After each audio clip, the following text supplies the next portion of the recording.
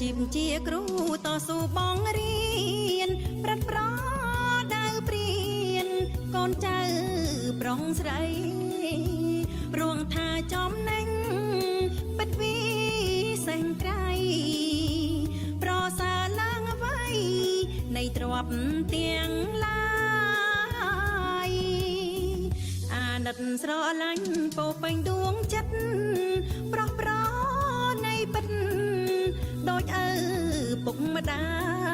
យអមរំណែនាំពន្យល់បរិយាយកតេងទាំងឡាយឲ្យដល់ក្រុមគ្នានាមជាមេតាបៃតាទីពីរប្រឹងប្រែងសំពីទោះក្តៅរងាឲ្យតែសឹងចេញដំរែងវិញជានេះហើយគឺជាបំណងប្រាថ្នាឃើញសឹងពងខ្ពស់យកគ្រូត្រេកអជាពលរដ្ឋល្អនៅក្នុងរដ្ឋថាដឹងទុកធូររាំងចេះយកអាសាដឹងគុណទេវតាសពសាធុងជន់អោកាំងកូនរៀនមានសន្តិភាពចេះដឹងជ្រួតជ្រាបកុំធ្វេសភ្លេចគុណសំដេចដែរចូលតស៊ូ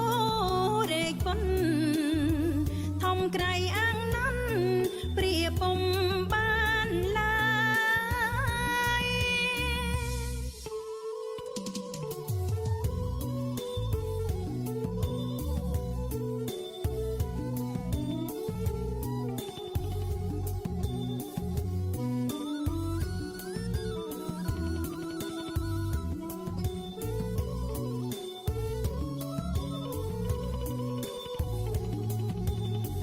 ឃើញសឹងពងខ្ពស់យកគ្រូត្រេកអ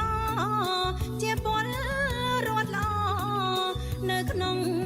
រដ្ឋថាដឹងទុកធូររាំងចេះយកអាសាដឹងគុណទេវតាសពសាធុងជន់អោកាំងកូនរៀនមានសន្តិភាពចេះដឹងជ្រួតជ្រាបកុំធ្វេសភ្លេចគុណសំដេចតែចូលតស៊ូរែកពុនធំក្រៃ